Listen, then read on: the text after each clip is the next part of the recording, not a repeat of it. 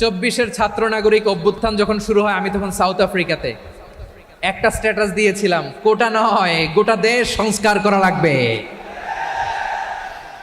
শুধু বাংলাদেশ নয়, সারা বিশ্বের বাংলা ভাষাভাষী লোকেরা এই আন্দোলনের সাথে তারা সমর্থন দিয়েছে। আমাদের ইউনাইটেড আরব আমিরাতের বাংলাদেশি ভাইয়েরা তারা সেখানে রাস্তায় নেমে এসেছিল, জানেন? ওইখানে ডেমনস্ট্রেশন করা যায় না, সেখানকার সরকার তাদেরকে যাবজ্জীবন দিয়েছিল। তখন আমাদের এই যে প্রধান উপদেষ্টা ডক্টর মোহাম্মদ ইউনূস সরাসরি G2G বলে, এটারে G2G, government to government, G2G, উনি চিঠি লিখলেন যে তাদেরকে, ইউর হাইনেস, হে সম্মানিত আমির, আপনি আমার এই চিঠির কারণে আমার সম্মানে এই 53 জন বাংলাদেশিকে মাফ করে দেন। এই চিঠির বদৌলতে বেকসুর খালাস পেয়ে গিয়েছিল আমাদের ভাইরা, জানেন না এই ঘটনা আপনারা? তাহলে গভর্নমেন্ট টু গভর্নমেন্ট চিঠি দেওয়া হয়। সপ্তম হিজরিতে বিষ্ণু ইসলাম সব সুপার পাওয়ারের কাছে চিঠি দিলেন, রোমান সম্রাটের কাছে, পারস্য অধিপতির কাছে, মিশরের অধিপতির কাছে, সবার কাছে চিঠি লিখলেন। চিঠির ভাষা ছিল এরকম, মিন মুহাম্মাদিন রাসূলিল্লাহ ইলা মুকাওকিস আযীমিল কিবত, মুহাম্মদ রাসূলুল্লাহর পক্ষ থেকে মিশরের বাদশার কাছে, আসলিম তাসলাম, ইসলাম মানো শান্তিতে থাকবা, সালামুন আলা মান ইত্তাবা আল হুদা, শান্তি তার জন্য যে হেদায়েতের অনুসরণ করে। সুবহানাল্লাহ পড়েন। তো এই চিঠি অনেকে ভালোভাবে রিসিভ করেছে, অনেকে এই চিঠি পাওয়ার পরে নবীর কাছে আবার ইন রিটার্ন উপহার পাঠিয়েছে। কি পাঠিয়েছে? উপহার। মিশরের বাদশাহ মুকাওকিস তিনি বিশ্বনবীকে বিশাল এক উপহারের ডালি পাঠিয়েছেন। মিশরের বাদশাহ মুকাওকিস ছিলেন ধর্মে খ্রিস্টান। লালমনিরহাটের ভাইয়েরা আওয়াজ করে বলেন, মিশরের বাদশাহ ধর্মে কি ছিল? খ্রিস্টান। কি উপহার দিয়েছিল আমার নবীকে? শুনতে মনে চায়? আওয়াজ নাই লালমনিরহাটের গলায়, শুনতে মনে চায়? 1000 স্বর্ণমুদ্রা, 1000 স্বর্ণমুদ্রা। 2টা খ্রিস্টান দাসী, একজনের নাম মারিয়া বিনতে শামউন আল কিবতিয়া, আরেকজনের নাম সিরিন বিনতে শামউন আল কিবতিয়া। একজন খ্রিস্টান দাস 20 থান কাপড় জামা বানানোর জন্য, আমরা নবী যেন সেলাই করে জামা বানাতে পারে এজন্য 20 থান কাপড়, 20 থান ফাইন গার্মেন্ট। সুবহানাল্লাহ পড়বেন না? এরপরে একটা গাধা যেটার নাম ছিল উফাইর, আর একটা খচ্চর, এটার নাম ছিল দুলদুল। খচ্চর চিনেন? গাধা আর ঘোড়ার ক্রসিং এ যে প্রাণীটা দুনিয়াতে আসে এটার খচ্চর বলে। তো এই যে সুপার পাওয়ার খ্রিস্টান বাদশার কাছে নবী চিঠি লিখলেন, ওই খ্রিস্টান বাদশাহ আমার নবীকে উপহার দিল। বিশ্বনবী এই উপহারগুলো সানন্দে গ্রহণ করেছে। সুবহানাল্লাহ পড়বেন না?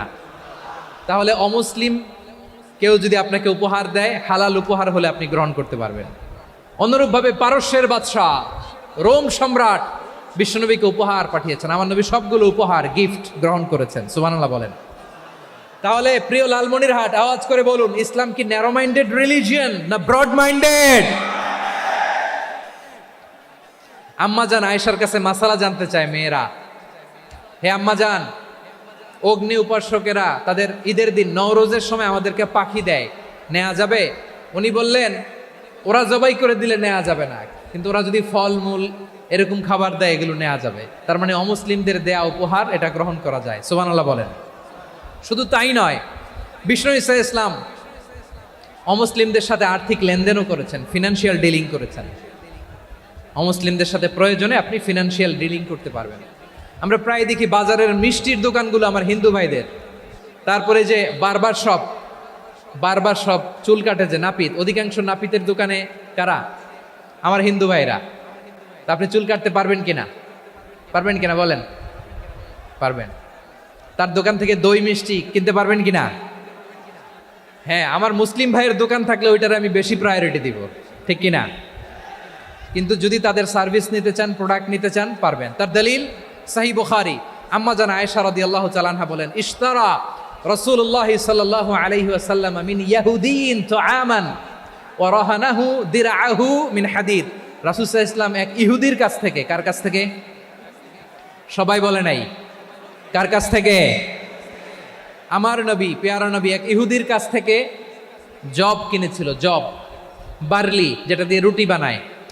ওই জবের দাম দেওয়ার টাকা পয়সা নবীর কাছে ছিল না, ফলে নবী ওনার একটা পোশাককে মর্গেজ রেখেছিলেন, মর্গেজ বন্ধক, যে এখন এটার দাম দিতে পারবো না, কয়েক কেজি বার্লি নিয়ে যাই আর বন্ধক হিসেবে আমার জামাটা রেখে গেলাম, যেই দিন দাম দিব ওই দিন জামাটা ছুটাই নিয়ে যাব।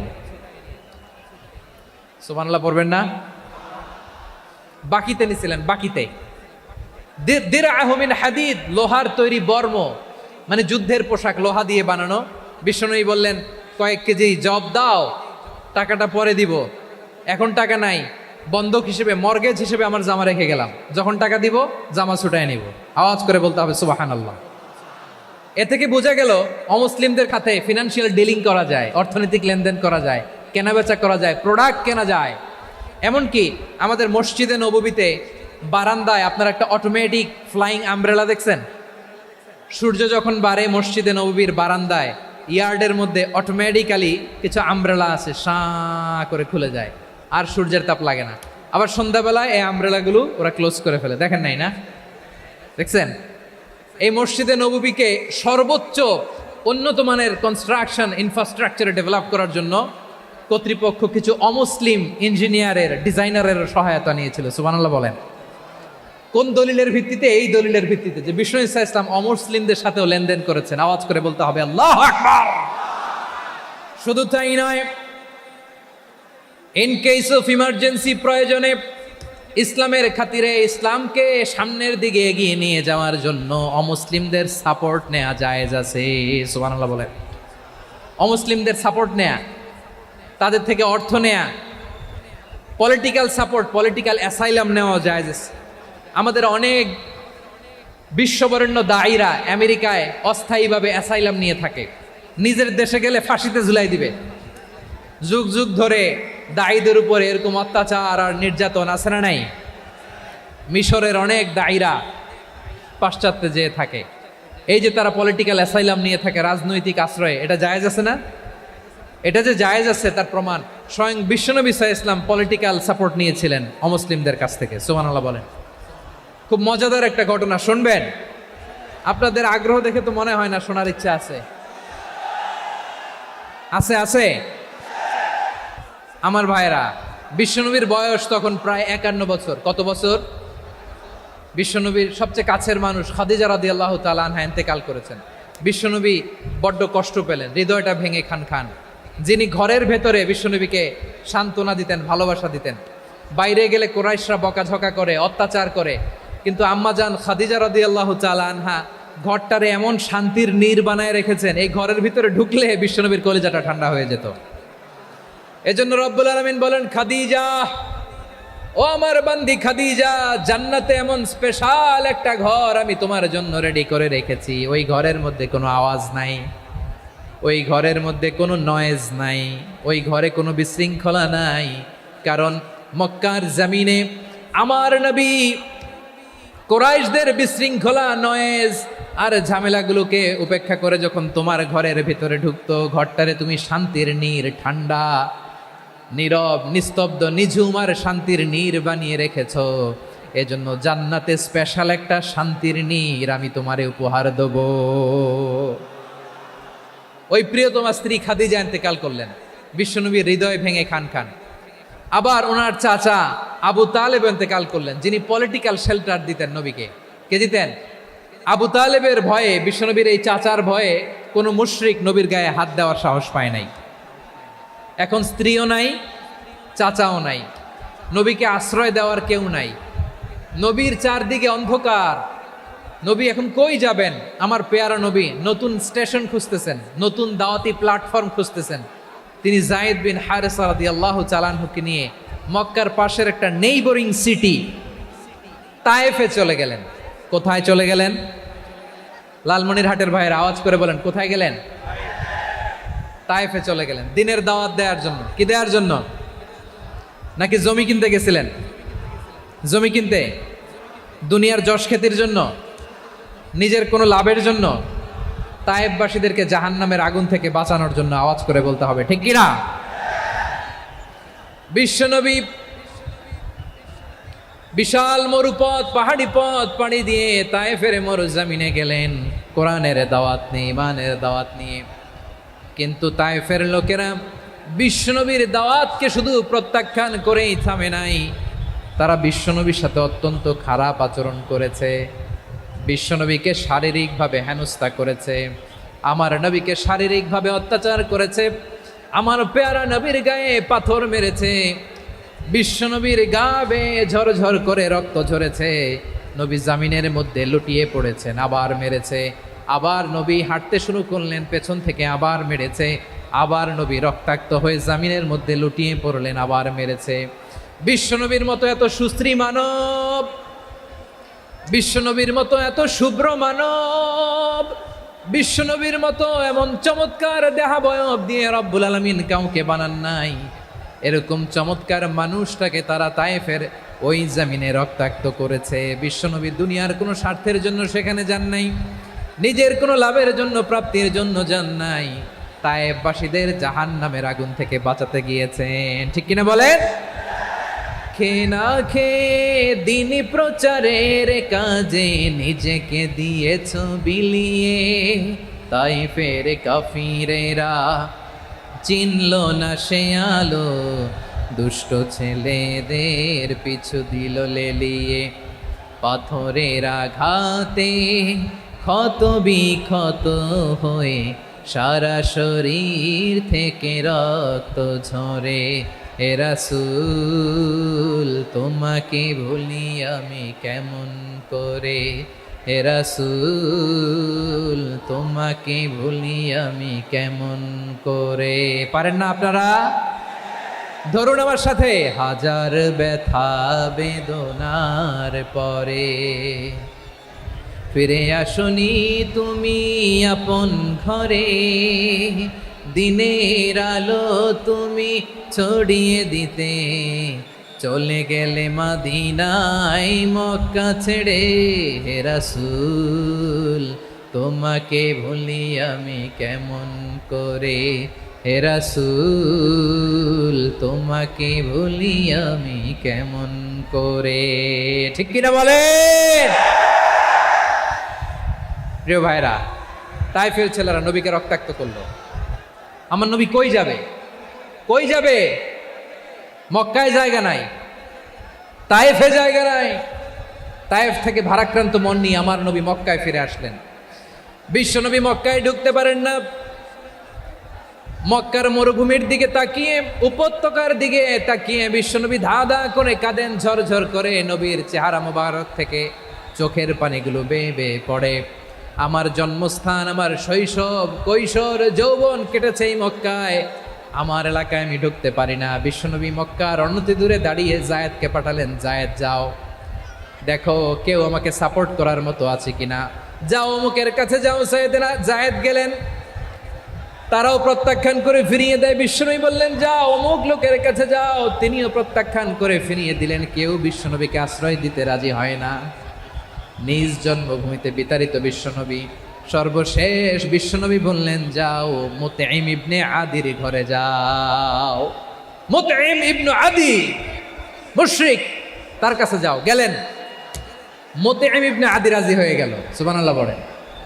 দেখেন, অনেক বিপদের সময়ও আমি নিজে সাক্ষী, সামাজিকভাবে, রাজনৈতিকভাবে কত ঝঞ্ঝা, কত ষড়যন্ত্র, কত কনস্পাইরেসি পাড়ি দিয়ে আমাদেরকে সামনে এগিয়ে যেতে হয়।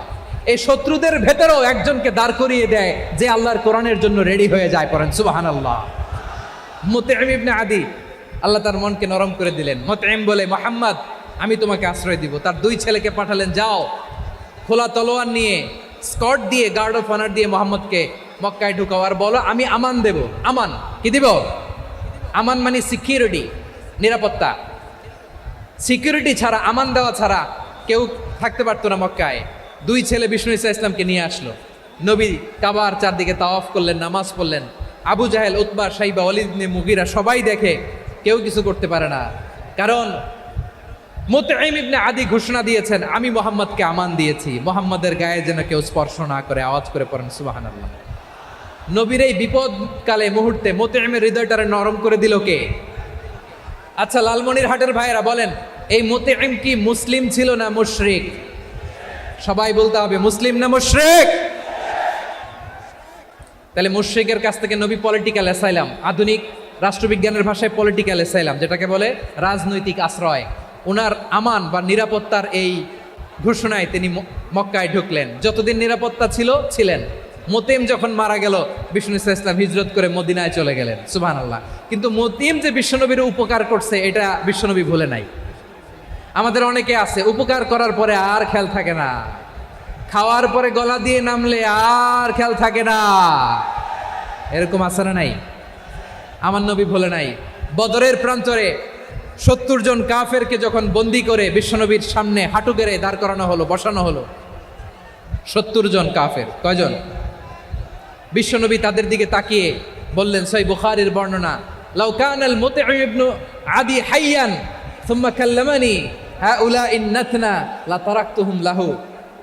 বদরের প্রান্তরে 70 জন বন্দি কাফিরের দিকে তাকিয়ে আমার নবী বললেন, আজকে মুতঈম ইবনে আদি যদি বেঁচে থাকতো আর তোমাদের 70 জনের ব্যাপারে যদি মুতঈম এক বাক্যে একটা সুপারিশ করত, তার সম্মানে আজকে তোদের সবাইকে আমি মাফ করে দিতাম।